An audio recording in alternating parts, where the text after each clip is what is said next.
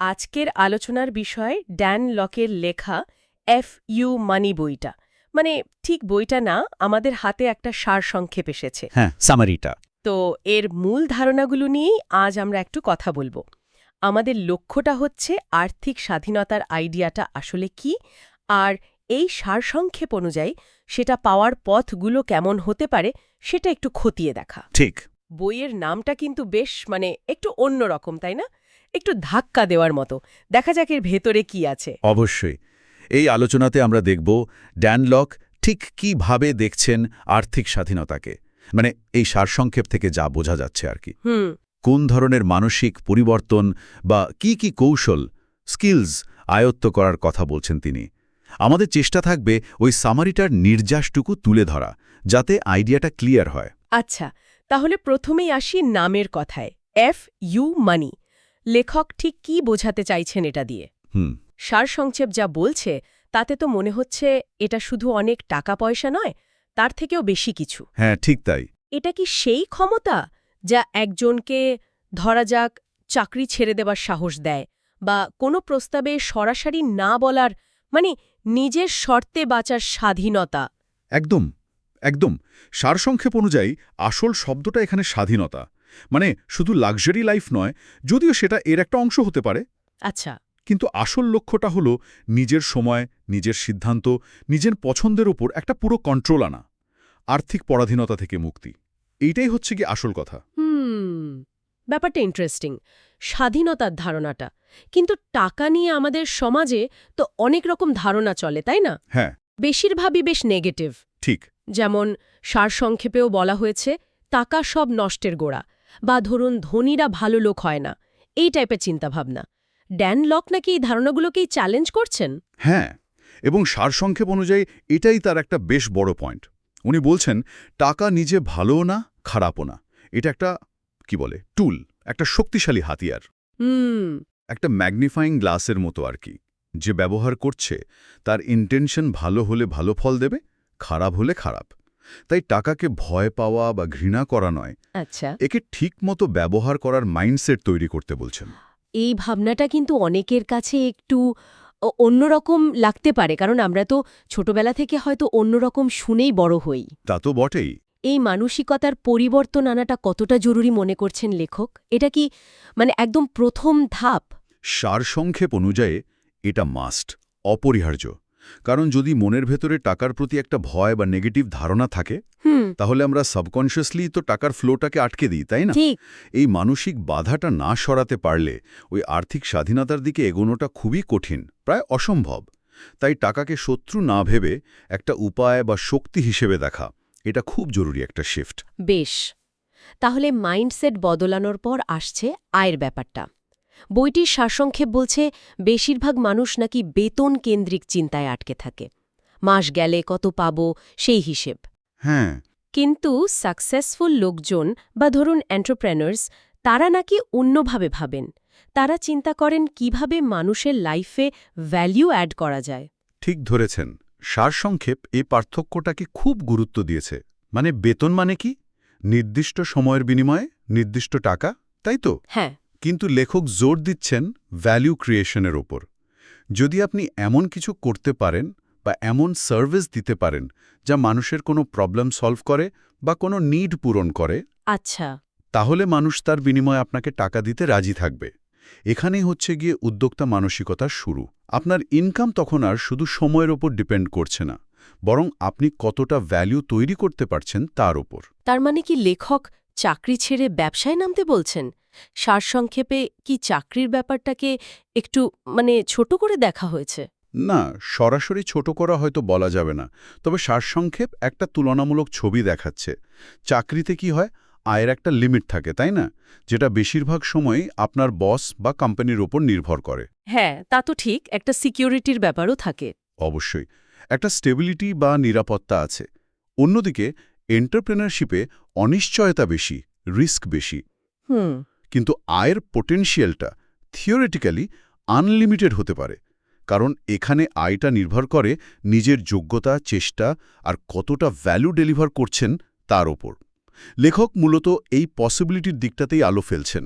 কিন্তু ওই যে স্টেবিলিটির মায়া, ওটা ছাড়া তো বেশ কঠিন, আর ঝুঁকি নেওয়ার ভয়টাও তো খুব বাস্তব, তাই না?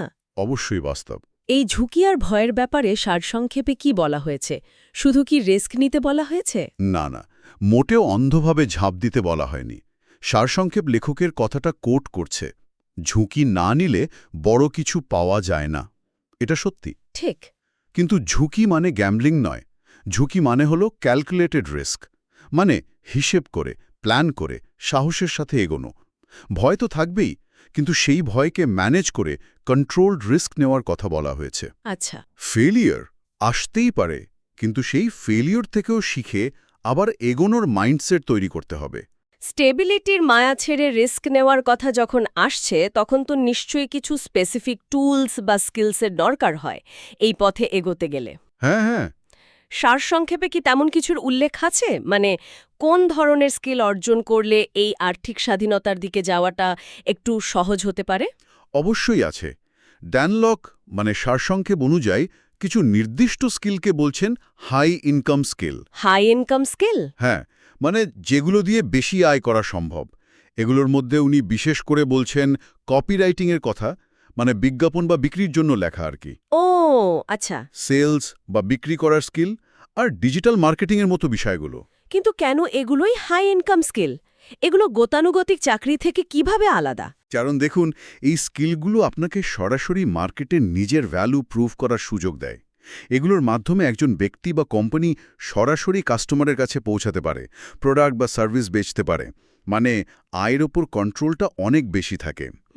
এগুলোর মেজারেবল রেজাল্ট দেয়, যেমন সেলস বাড়ল কিনা, যেটা একজন চাকরিজীবীর কাজের রেজাল্টের চেয়ে সরাসরি আয়ের সাথে অনেক বেশি কানেক্টেড।